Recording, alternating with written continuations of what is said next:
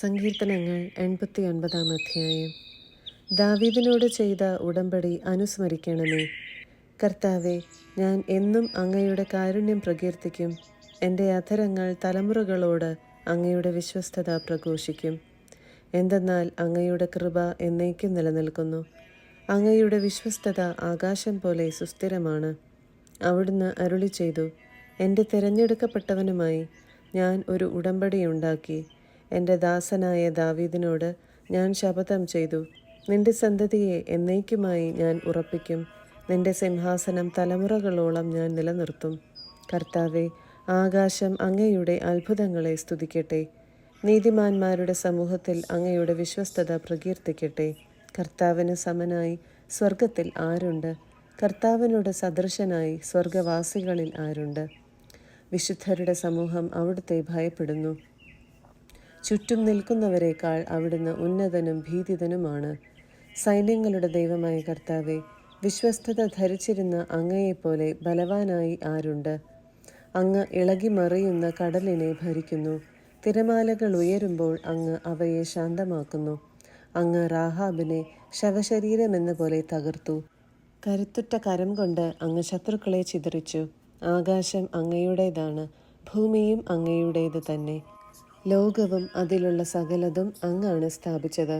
ദക്ഷിണോത്തര ദിക്കുകളെ അങ്ങ് സൃഷ്ടിച്ചു.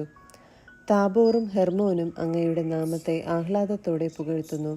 അങ്ങയുടെ ഭുജം ശക്തിയുള്ളതാണ്, അങ്ങയുടെ കരം കരുത്തുറ്റതാണ്.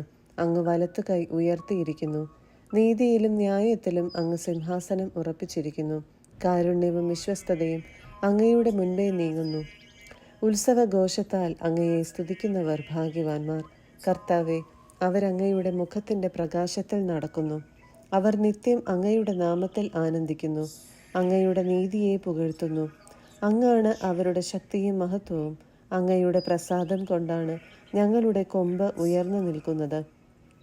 കർത്താവാണ് ഞങ്ങളുടെ പരിച. ഇസ്രായേലിൻ്റെ പരിശുദ്ധനാണ് ഞങ്ങളുടെ രാജാവ്. പണ്ട് ഒരു ദർശനത്തിൽ അവിടുന്ന് തൻ്റെ വിശ്വസ്തനോട് അരുളി ചെയ്തു, ശക്തനായ ഒരുവനെ ഞാൻ കിരീടമണിയിച്ചു. ഒരുവനെ ഞാൻ ജനത്തിൽ നിന്ന് തിരഞ്ഞെടുത്ത് ഉയർത്തി.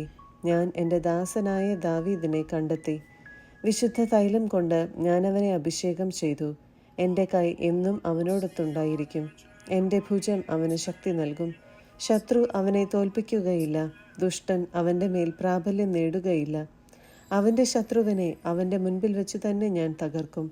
അവൻ്റെ വൈരികളെ ഞാൻ നിലം പതിപ്പിക്കും.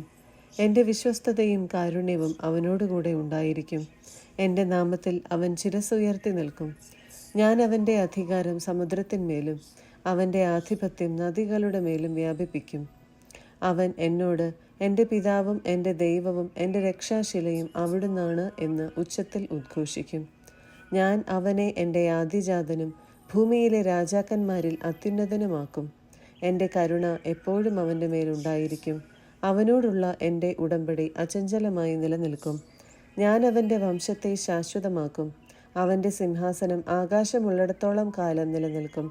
അവൻ്റെ സന്തതി എൻ്റെ നിയമം ഉപേക്ഷിക്കുകയും എൻ്റെ വിധികൾ അനുസരിക്കാതിരിക്കുകയും എൻ്റെ ചട്ടങ്ങൾ ലംഘിക്കുകയും എൻ്റെ കൽപ്പനകൾ പാലിക്കാതിരിക്കുകയും ചെയ്താൽ ഞാൻ അവരുടെ ലംഘനത്തെ ദണ്ഡുകൊണ്ടും അവരുടെ അകൃത്യങ്ങളെ ചമ്മട്ടി കൊണ്ടും ശിക്ഷിക്കും. എന്നാലും ഞാൻ എൻ്റെ കാരുണ്യം അവനിൽ നിന്ന് പിൻവലിക്കുകയില്ല. എൻ്റെ വിശ്വസ്തതയ്ക്ക് ഭംഗം വരുത്തുകയില്ല. ഞാൻ എൻ്റെ ഉടമ്പടി ലംഘിക്കുകയില്ല. ഞാൻ ഉച്ചരിച്ച വാക്കിന് വ്യത്യാസം വരുത്തുകയില്ല. ഞാൻ എന്നേക്കുമായി എൻ്റെ പരിശുദ്ധിയെ കൊണ്ട് ശപഥം ചെയ്തു. ദാവീദിനോട് ഞാൻ വ്യാജം പറയുകയില്ല. അവൻ്റെ വംശം ശാശ്വതമായും അവൻ്റെ സിംഹാസനം സൂര്യനുള്ള കാലത്തോളവും എൻ്റെ മുൻപിൽ നിലനിൽക്കും. അത് ചന്ദ്രനെ പോലെ എന്നേക്കും നിലനിൽക്കും. ആകാശമുള്ളിടത്തോളം കാലം അതും അചഞ്ചലമായിരിക്കും. എന്നാൽ അങ്ങ് അവനെ പരിത്യജിച്ച് കളഞ്ഞു. അങ്ങയുടെ അഭിഷിക്തൻ്റെ നേരെ അങ്ങ് ക്രുദ്ധനായിരിക്കുന്നു. അങ്ങയുടെ ദാസനോട് ചെയ്ത ഉടമ്പടി അങ്ങ് ഉപേക്ഷിച്ചു കളഞ്ഞു. അവിടുന്ന് അവൻ്റെ കിരീടത്തെ നിലത്തെറിഞ്ഞു മലിനമാക്കി. അവിടുന്ന് അവൻ്റെ മതിലുകൾ തകർത്തു. അവൻ്റെ ദുർഗങ്ങൾ ഇടിച്ചു നിരത്തി. വഴിപോക്കർ അവനെ കൊള്ളയടിക്കുന്നു. അവൻ അയൽക്കാർക്ക് പരിഹാസപാത്രമായി. അങ്ങ് അവൻ്റെ വൈരികളുടെ വലത്തു കൈ ഉയർത്തി. അവൻ്റെ സകല ശത്രുക്കളെയും സന്തോഷിപ്പിച്ചു. അവൻ്റെ വാളിൻ്റെ വായ്ത്തല മടക്കി.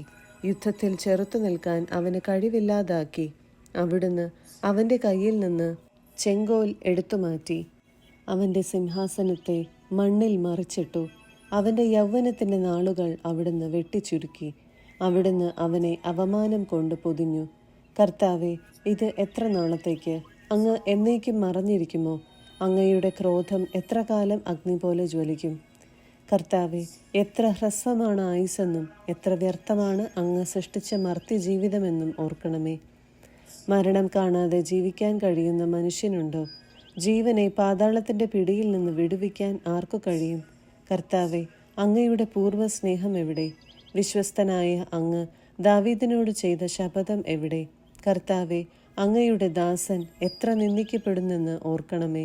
ജനതകളുടെ പരിഹാസശരം ഞാൻ നെഞ്ചിലേൽക്കുന്നു. കർത്താവെ, അങ്ങയുടെ ശത്രുക്കൾ അവനെ നിന്ദിക്കുന്നു. അങ്ങയുടെ അഭിഷിക്തന്റെ പിൻഗാമികളെ അവർ പരിഹസിക്കുന്നു. കർത്താവ് എന്നേക്കും വാഴ്ത്തപ്പെടട്ടെ. ആമേൻ, ആമേൻ. 90-ാം അധ്യായം. അനശ്വരനായ ദൈവവും നശ്വരനായ മനുഷ്യനും. കർത്താവെ, അങ്ങ് തലമുറ തലമുറയായി ഞങ്ങളുടെ ആശ്രയമായിരുന്നു. പർവ്വതങ്ങൾക്ക് രൂപം നൽകുന്നതിനു മുൻപ്, ഭൂമിയും ലോകവും അങ്ങ് നിർമ്മിക്കുന്നതിനു മുൻപ്, അനാദി മുതൽ അനന്തത വരെ അവിടുന്ന് ദൈവമാണ്. മനുഷ്യനെ അവിടുന്ന് പൊടിയിലേക്ക് മടക്കി അയക്കുന്നു. മനുഷ്യമക്കളെ തിരിച്ചു പോകുവൻ എന്ന് അങ്ങ് പറയുന്നു. 1000 വത്സരം അങ്ങയുടെ ദൃഷ്ടിയിൽ കഴിഞ്ഞുപോയ ഇന്നലെ പോലെയും രാത്രിയിലെ ഒരു യാമം പോലെയും മാത്രമാണ്. അവിടുന്ന് മനുഷ്യനെ ഉണരുമ്പോൾ മാഞ്ഞു പോകുന്ന സ്വപ്നം പോലെ തുടച്ചു മാറ്റുന്നു. പ്രഭാതത്തിൽ മുള നീട്ടുന്ന പുല്ലുപോലെയാണവൻ. പ്രഭാതത്തിൽ അത് തഴച്ചു വളരുന്നു, സായാഹ്നത്തിൽ അത് വാടിക്കരിയുന്നു. അങ്ങയുടെ കോപത്താൽ ഞങ്ങൾ ക്ഷയിക്കുന്നു. അങ്ങയുടെ ക്രോധത്താൽ ഞങ്ങൾ പരിഭ്രാന്തരാകുന്നു. ഞങ്ങളുടെ അകൃത്യങ്ങൾ അങ്ങയുടെ മുൻപിലുണ്ട്. ഞങ്ങളുടെ രഹസ്യ പാപങ്ങൾ അങ്ങയുടെ മുഖത്തിൻ്റെ പ്രകാശത്തിൽ വെളിപ്പെടുന്നു. ഞങ്ങളുടെ ദിനങ്ങൾ അങ്ങയുടെ ക്രോധത്തിൻ്റെ നിഴലിൽ കടന്നു പോകുന്നു. ഞങ്ങളുടെ വർഷങ്ങൾ ഒരു നെടുവീർപ്പ് പോലെ അവസാനിക്കുന്നു. ഞങ്ങളുടെ ആയുഷ്കാലം 70 വർഷമാണ്, ഏറിയാൽ 80. എന്നിട്ടും അക്കാലം അത്രയും അധ്വാനവും ദുരിതവുമാണ്. അവ പെട്ടെന്ന് തീർന്ന് ഞങ്ങൾ കടന്നുപോകും. അങ്ങയുടെ കോപത്തിൻ്റെ ഉഗ്രതയും ക്രോധത്തിൻ്റെ ഭീകരതയും ആരറിഞ്ഞിട്ടുണ്ട്? ഞങ്ങളുടെ ആയുസ്സിൻ്റെ ദിനങ്ങൾ എണ്ണാൻ ഞങ്ങളെ പഠിപ്പിക്കണമേ. ഞങ്ങളുടെ ഹൃദയം ജ്ഞാനപൂർണമാകട്ടെ. കർത്താവെ, മടങ്ങി വരണമേ. അങ്ങ് എത്ര നാൾ വൈകും? അങ്ങയുടെ ദാസരോട് അലിവ് തോന്നണമേ. പ്രഭാതത്തിൽ അങ്ങയുടെ കാരുണ്യം കൊണ്ട് ഞങ്ങളെ സംതൃപ്തരാക്കണമേ. ഞങ്ങളുടെ ആയുഷ്കാലം മുഴുവൻ ഞങ്ങൾ സന്തോഷിച്ചുല്ലസിക്കട്ടെ. അവിടുന്ന് ഞങ്ങളെ പീഡിപ്പിച്ചിടത്തോളം ദിവസങ്ങളും ഞങ്ങൾ ദുരിതമനുഭവിച്ചിടത്തോളം വർഷങ്ങളും സന്തോഷിക്കാൻ ഞങ്ങൾക്ക് ഇടയാക്കണമേ. അങ്ങയുടെ ദാസർക്ക് അങ്ങയുടെ പ്രവൃത്തിയും അവരുടെ മക്കൾക്ക് അങ്ങയുടെ മഹത്വവും വെളിപ്പെടുമാറാകട്ടെ. ഞങ്ങളുടെ ദൈവമായ കർത്താവിൻ്റെ കൃപ ഞങ്ങളുടെ മേൽ ഉണ്ടാകട്ടെ. ഞങ്ങളുടെ പ്രവൃത്തികളെ ഫലമണിയിക്കണമേ. ഞങ്ങളുടെ പ്രവൃത്തികളെ സുസ്ഥിരമാക്കണമേ. 91-ാം അധ്യായം. കർത്താവിൻ്റെ സംരക്ഷണം. അത്യുന്നതൻ്റെ സംരക്ഷണത്തിൽ വസിക്കുന്നവനും സർവശക്തൻ്റെ തണലിൽ കഴിയുന്നവനും കർത്താവിനോട്, എൻ്റെ സങ്കേതവും എൻ്റെ കോട്ടയും ഞാൻ ആശ്രയിക്കുന്ന എൻ്റെ ദൈവവും എന്നു പറയും. അവിടുന്ന് നിന്നെ വേടൻ്റെ കിണയിൽ നിന്നും മാരകമായ മഹാമാരിയിൽ നിന്നും രക്ഷിക്കും. തൻ്റെ തൂവലുകൾ കൊണ്ട് അവിടുന്ന് നിന്നെ മറച്ചുകൊള്ളും. അവിടുത്തെ ചിറകുകളുടെ കീഴിൽ നിനക്ക് അഭയം ലഭിക്കും. അവിടുത്തെ വിശ്വസ്തത നിനക്ക് കവചവും പരിചയം ആയിരിക്കും. രാത്രിയിലെ ഭീകരതയെയും പകൽ പറക്കുന്ന അസ്ത്രത്തെയും നീ ഭയപ്പെടേണ്ട. ഇരുട്ടി സഞ്ചരിക്കുന്ന മഹാമാരിയെയും നട്ടുച്ചയ്ക്ക് വരുന്ന വിനാശത്തെയും നീ പേടിക്കേണ്ട. നിന്റെ പാർശ്വങ്ങളിൽ 1000 മരിച്ചു വീണേക്കാം, നിന്റെ വലത്തുവശത്ത് 10,000. എങ്കിലും നിനക്ക് ഒരനർത്ഥവും സംഭവിക്കുകയില്ല. ദുഷ്ടരുടെ പ്രതിഫലം നിന്റെ കണ്ണുകൾ കൊണ്ട് തന്നെ നീ കാണും. നീ കർത്താവിൽ ആശ്രയിച്ചു, അത്യുന്നതനിൽ നീ വാസമർപ്പിച്ചു. നിനക്കൊരു തിന്മയും ഭവിക്കുകയില്ല, ഒരനർത്ഥവും നിന്റെ കൂടാരത്തെ സമീപിക്കുകയില്ല. നിന്റെ വഴികളിൽ നിന്നെ കാത്തുപാലിക്കാൻ അവിടുന്ന് തൻ്റെ ദൂതന്മാരോട് കൽപ്പിക്കും. നിന്റെ പാദം കല്ലിൽ തട്ടാതിരിക്കാൻ അവർ നിന്നെ കൈകളിൽ വഹിച്ചുകൊള്ളും.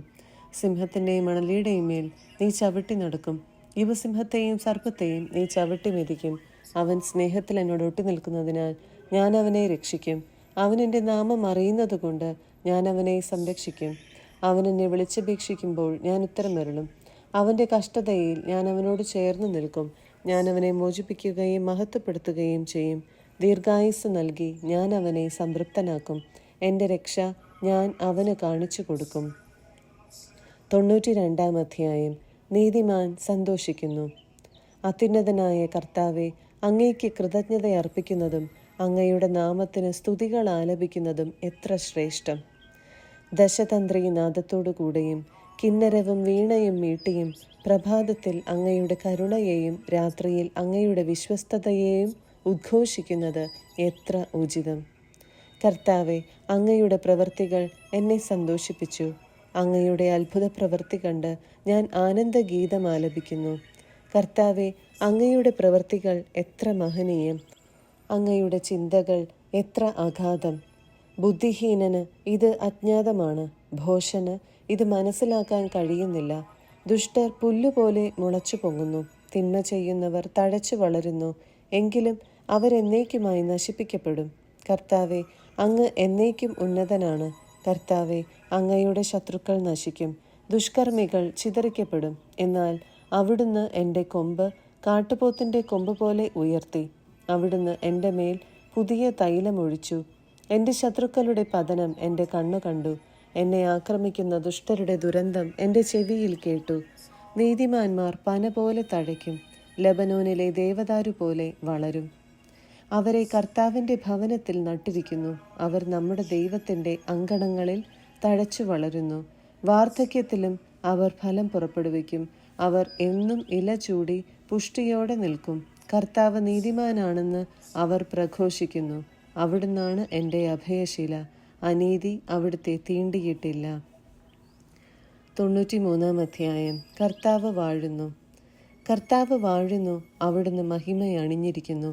അവിടുന്ന് ശക്തി കൊണ്ട് അരമുറുക്കിയിരിക്കുന്നു. ലോകം സുസ്ഥാപിതമായിരിക്കുന്നു, അതിന് ഇളക്കം തട്ടുകയില്ല. അങ്ങയുടെ സിംഹാസനം പണ്ട് മുതലേ ഉറപ്പിക്കപ്പെട്ടിരിക്കുന്നു. അങ്ങ് അനാദി മുതലേ ഉള്ളവനാണ്. കർത്താവെ, പ്രവാഹങ്ങൾ ഉയരുന്നു, പ്രവാഹങ്ങൾ ശബ്ദമുയർത്തുന്നു, പ്രവാഹങ്ങൾ ആർത്തിരമ്പുന്നു. സമുദ്രങ്ങളുടെ ഗർജനങ്ങളെയും ഉയരുന്ന തിരമാലകളെയും കാൾ കർത്താവ് ശക്തനാണ്. അങ്ങയുടെ കൽപ്പന വിശ്വാസ്യവും അലംഘനീയവുമാണ്. കർത്താവെ, പരിശുദ്ധി അങ്ങയുടെ ആലയത്തിന് എന്നേക്കും യോജിച്ചതാണ്.